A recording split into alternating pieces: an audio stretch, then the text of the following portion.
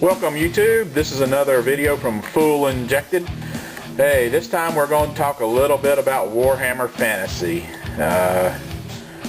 Warhammer Fantasy sort of died in our area and it's making a slow comeback. One of the game shops is running a little Escalation League and give you some thoughts on the army I decided. Which army is it? Drum roll please. There you go, the army I decided to start. High Elves. I've played Fantasy since 5th edition and I have played almost, let me rephrase that. I have owned almost every army with the exception of High Elves, Dark Elves, Ogres, Tomb Kings, Dogs of War, and the Demons. I've had at one time owned every other army. So decided to pick up these guys. I traded some Troll Bloods from another gaming system to pick up High Elves. I'm going to give you my thoughts on the army. This video is going to be rants and raves. I've played a Bretonnian person and we'll get into that in a little bit. Anyways, on to the High Elf Review. Alright, let's start with the core units. Usually people start with the heroes, but let's start with the core units. High Elves have 3 core units. The first one we're going to talk about is the archers. High Elf archers are typical, just like other elf archers, in that they have a ballistic skill of 4, 30-inch range for their longbow, which isn't bad. It's the longest bow in the game. Crossbows are also 30 inches. But anyways, and then you have the Lothran Sea Guard, which are sort of like a cross between a spearman and a guy with a bow. And then your last choice are spearmen. Okay, the first, we're going to talk about the bowmen. These guys, hold on, let me check something. Hold on. Alright, the archers, these guys, some people love them, some people don't. I'm one of the people that find them situational at best, and I'll tell you why. These guys are 11 points apiece, and at 11 points, they're toughness 3, and they don't even have armor. Bretonnian archers have one less ballistic skill. They cost 6 points. They have a little bit lower leadership, but they're better by. These guys, the only time I would really take them is if I knew my opponent had fast cav or goblin fanatics. Otherwise, these guys are the most expensive bowmen in the game, and they are not worth their points. They're situational at best. So on the Fool's scale, I'm going to give these guys a, let's see if we can do it, which means situational at best. Okay, the next unit we're going to talk about are Lothran Sea Guard. These guys cost 1 point more. They have spears, but they're only going to get 5 shots, 6 if you go 6 wide. They are just not worth the points, in my opinion. Here comes my cat. Hold on. Kitty, I'm trying to do a video. Back away from the camera. Anyways, with the new plastics, you can make the Lothran Sea Guards out of the archer sprues. But on the Fool rating system, I give Lothran Sea Guard, there you go, you can see it, thumbs down. Alright, the next unit we're going to talk about are the Spearmen. Yeah, you can see, mine aren't quite put together. And there's the Spearman sprue. These guys, in my opinion, are the best core choice in the High Elf army. Yeah, they're 9 points. But one of the abilities that the High Elves have, the High Elf Spearmen have, that no other spear unit has, is they can attack in 2 ranks when they move, or defend in 3 ranks when they are attacked. And don't forget, these guys have the always strike first rule that the whole army does.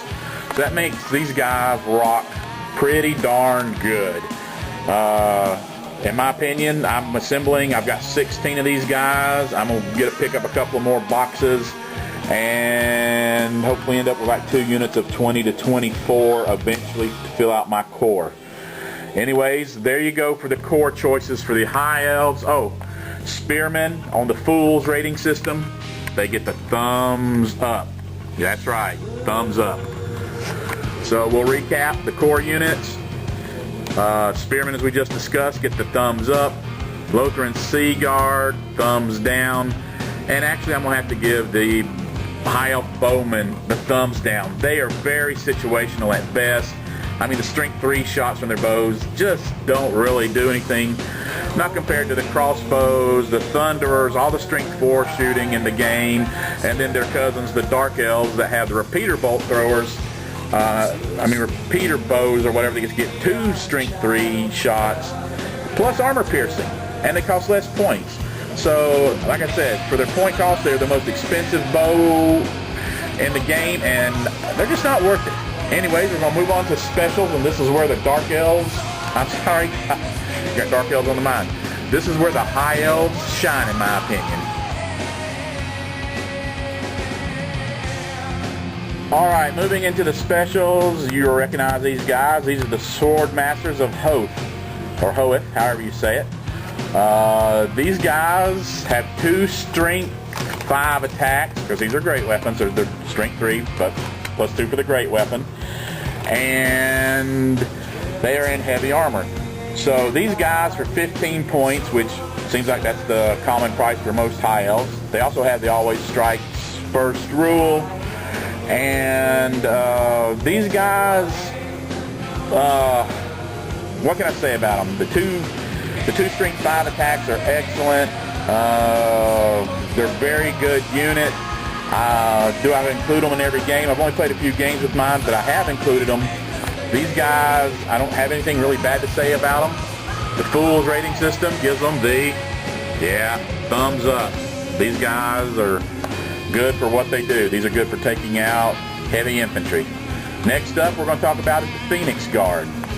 Alright, these Phoenix Guard, these guys have halberds, as you can see. They're also in heavy armor. They also have the Always Strikes First because they're in the High Elf army. One thing I'd like to say that really makes them kick butt is these cause fear. I mean, it's an elf causing fear. Who would think? And one of their key things is 4+ ward save. That allows these guys to have a lot of staying power. Okay, these guys can also have a magic banner worth up to 50 points, just like the Sword Masters of Hoth. I forgot to mention that. These guys, with their high initiative, high weapon skill, how would I rate these guys if you're an elf, High Elf General? Yep, you got it.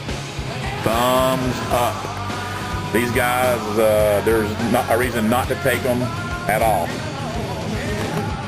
Alright guys, continuing on with the specials, these right here are the White Lions.